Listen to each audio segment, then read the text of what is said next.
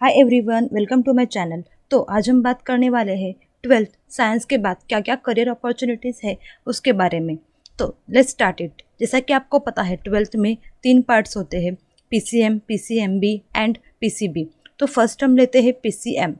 तो पहले आता है PCM में बहुत सारी अपॉर्चुनिटीज़ आती है, बट उसमें सबसे पहले हम लोग जाएंगे NDA में। मतलब NDA means national defence academy. उसमें 3 पार्ट आते हैं, एक आर्मी, नेवी और एयरफोर्स। तो इन तीनों में से NDA के बाद आप लोग किसी में भी जा सकते हो अगर आपका इंटरेस्ट है तो, और इससे आपको देश की सेवा करने का भी मौका मिलेगा।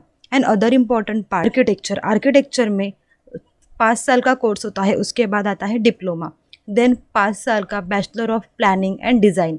मैं सबसे पहले ये सारे कोर्सेस आपको शॉर्टली बताती हूँ, अगर आपको चाहिए तो फिर मैं इसको डिस्क्रिप्शन में भी लिंक दे दूँगी।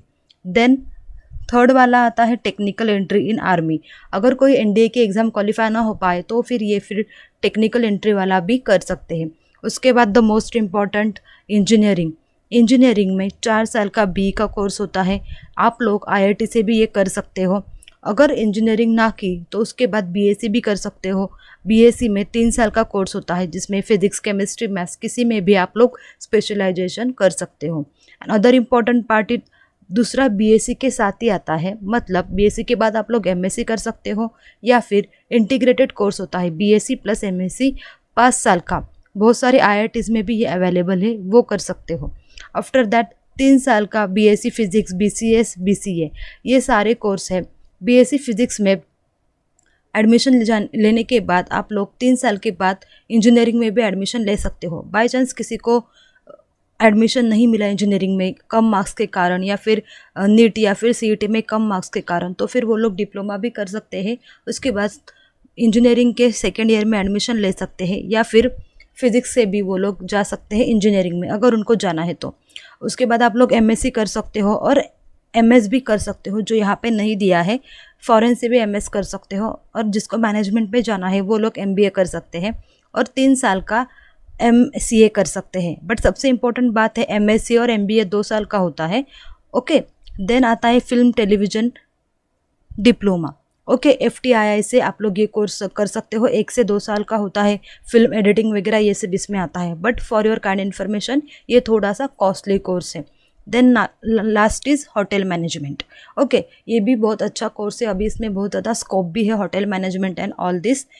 अब हम जाएंगे आर्किटेक्चर में क्या क्या अपॉर्चुनिटीज़ मिलेगी आपको। आर्किटेक्चर या फिर करने के बाद ले लो, या फिर इंजीनियरिंग करने के बाद क्या क्या अपॉर्चुनिटीज़ मिलेगी उसमें हम लोग जाते हैं।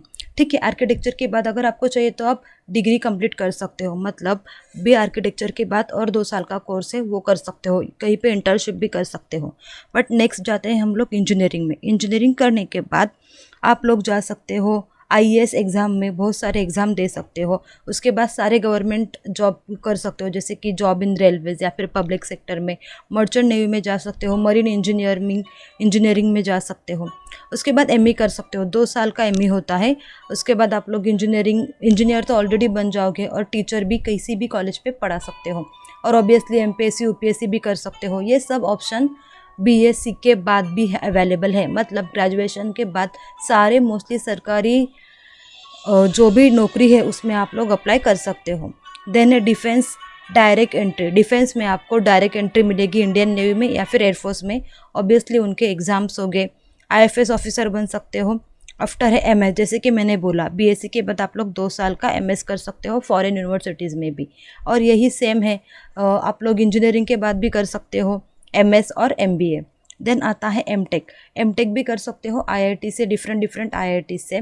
बट जो भी लोग फॉरेन से MS वगैरह करके आएंगे तो फिर उनको इधर ज़्यादा स्कोप मिलेगा और कुछ करने के लिए। ओके, और एक इम्पॉर्टेंट बात है कि MSc के बाद यहीं पे सब रुक नहीं जाता। अगर जिसको हायर एजुकेशन में या फिर साइंटिस्ट बनने में इंटरेस्ट है वो लोग MSc के बाद PhD भी कर सकते हैं। ओके, और PhD में स्टूडेंट्स को बहुत ज़्यादा स्टाइपेंड्स वगैरह भी मिलता है। तो ये PCM की बात हो गई। जैसा कि आप देख सकते हो, है कि इसमें एक वीडियो में पूरा बताना इम्पॉसिबल बहुत सारे है, ऑप्शंस इसलिए बाकी का PCB and other important part I will discuss in second video. तो अगर आपको ये वीडियो अच्छा लगा तो लाइक, शेयर, सब्सक्राइब करना मत भूलना। Thank you so much.